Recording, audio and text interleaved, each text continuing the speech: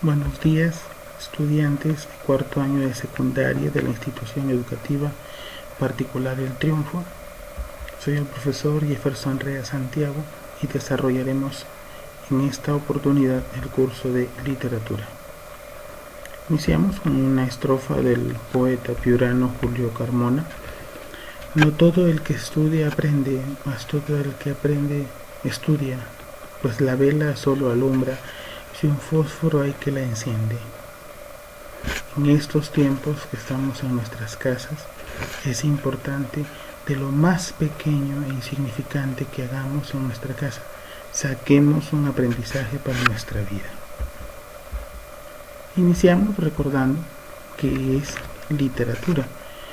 Etimológicamente esta palabra deriva del latín litera, que significa letra o lo que ya está escrito.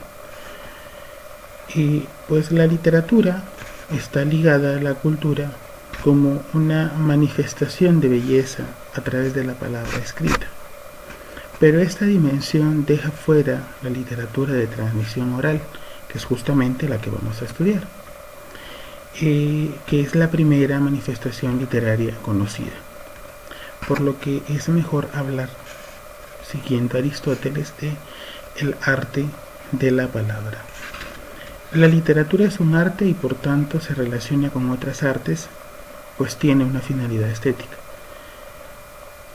Quiero profundizar esto que hemos dicho, porque la literatura expresa una visión múltiple, social, política, económica, de investigación, etc. Y esta perspectiva o este punto de vista, como lo hemos dicho, lo hemos leído en la definición, busca manifestar o manifestarse a través de la belleza. Sabemos que belleza es sinónimo de arte.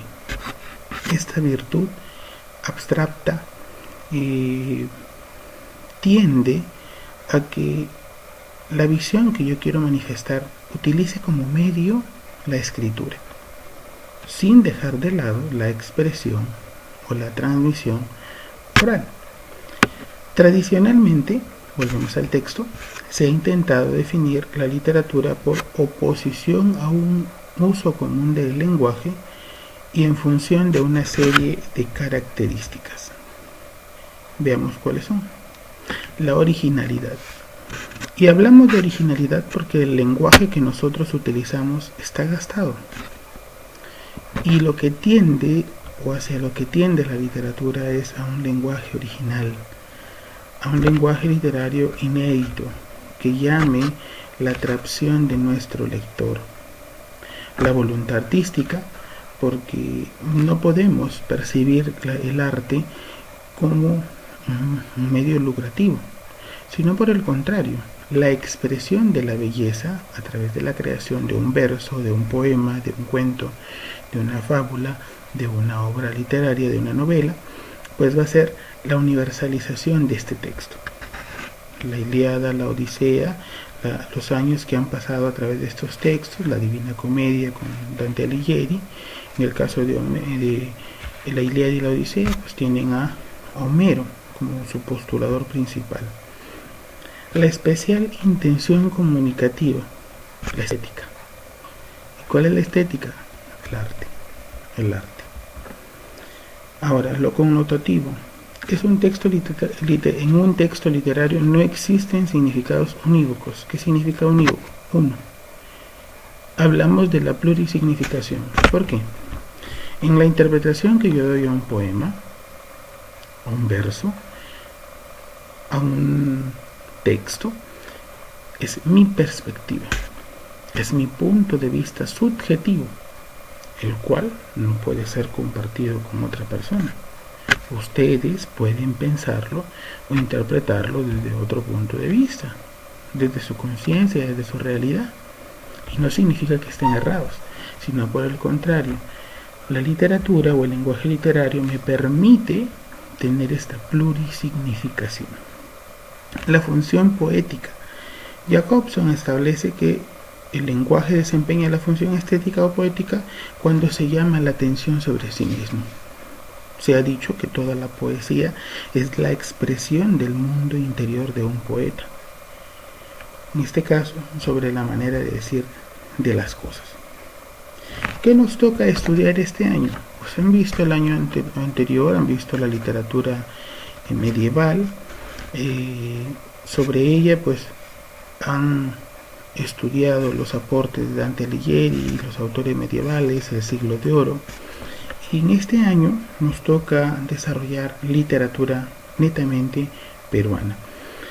Trataremos de avanzar lo más que se pueda, sin perder de vista el contacto con el texto literario, ¿no? Los mitos y leyendas, los yantay como expresión de la riqueza de nuestro imperio incaico, la llegada de los españoles, tenemos en imagen Machu Picchu, pero antes de iniciar tenemos que definir estos términos: literatura prehispánica, incaica y quechua. Cuando decimos prehispánica, es todas las expresiones literarias que se han desarrollado en nuestro país, en nuestro territorio, antes de que lleguen los españoles. La literatura incaica es aquella que se desarrolla en el periodo en el que se desarrolla la literatura, el imperio incaico, que data de 1440 a 1532. Y la literatura quechua es aquella literatura que está compuesta en lengua quechua sin importar la época en la que se desarrolla. Entonces, hemos visto que la literatura incaica son el conjunto de manifestaciones literarias que se desarrollan en el antiguo Perú durante la vigencia del Tahuantinsuyo, hasta la llegada de los españoles. Esta literatura expresa un modo de vida y la cosmovisión que tenía el hombre andino. ¿Qué significa la cosmovisión? Cosmo-universo. La visión, la perspectiva, quién gobernaba, quién era su teo, y situaciones peculiares sobre su cultura, sobre su economía, el estilo de vida, su organización política o geopolítica. Cronológicamente se ubica en el siglo XV y XVI. Veamos. Este periodo literario tiene algunas características que van a ir apareciendo, ¿no? Oral, por ejemplo. ¿Por qué decimos oral? Porque en primer lugar hemos hablado al inicio de que en la literatura se tenía mucho énfasis sobre los aportes de la transmisión oral. ¿Y por qué era transmisión oral? Porque no había escritura, o no se había implementado la escritura en algunos territorios o culturas. En el caso del imperio incaico, la transmisión oral era de generación en generación. Lo que yo escuché lo transmitía, lo que yo escuché lo transmitía. La segunda característica es el anonimato. ¿Por qué el anonimato? Porque existía un espíritu colectivo, porque existía el sentido común entre sus habitantes, que se desconocía a los autores de dicha literatura. ¿Por qué decimos, por qué la tercera característica es colectiva? Porque popular, transmitida de forma grupal sobre experiencias y conocimientos de todo tipo, es decir, aplicaba a todo el pueblo. La transmisión de un conocimiento era para todo el imperio incaico.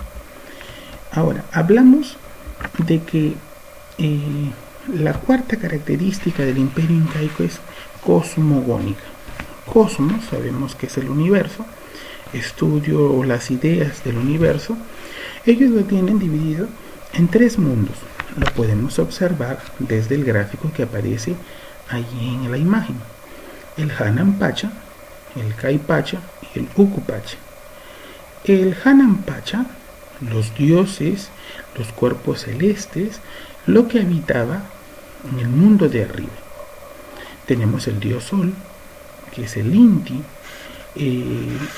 Kai-Pacha, que es el mundo intermedio donde habitamos, donde habitaban los seres humanos, y el Uku-Pacha es el mundo de abajo, donde en este caso se encontraban los muertos. Otra característica de esta literatura es agrarista. ¿Y qué significa agrarista? Que los temas, los personajes, mucha de su poesía va a estar ligada a la siembra, la cosecha y la naturaleza. La mayoría de las expresiones literarias líricas, llamándolos así a grosso modo, van a estar justamente a este aspecto, a agrario, a la agricultura. Otra característica es clasista, y es porque existieron dos tipos de literatura: la literatura oficial, que era para la nobleza oficial o cortesana, y la literatura popular. Y si recordamos, por ejemplo, vamos a tener que en la etapa medieval también se desarrolla esta distinción a través de los mésters. Otra característica es animista. ¿Por qué animista? Concibe a la naturaleza como un ser viviente en el que cada componente tiene espíritu y en el que el hombre solo es un elemento más. Hace referencia a esto a otra denominación, por ejemplo, panteísta. ¿Y qué significa panteísta? Que los dioses que tiene este periodo literario están o se encuentran en la naturaleza. El sol, la tierra, la luna son uno de los ejemplos. Y la última característica es musicalidad. Se concibe música, poesía y danza como una sola actividad. Ahí tenemos una imagen sobre las clases sociales incas. El pueblo, la nobleza, la realeza y los incas. Existieron dos clases sociales bien definidas: la literatura oficial y la literatura popular. La literatura oficial, cultivada por los amautas, se concebían que ellos eran sabios, filósofos y maestros adscritos a la corte. Expresión del gobierno teocrático de los incas, expresaba la religión y acompañaba los grandes acontecimientos de la realeza, exaltaba las hazañas heroicas y legendarias, y se cultivó especialmente los géneros dramático, épico y didáctico.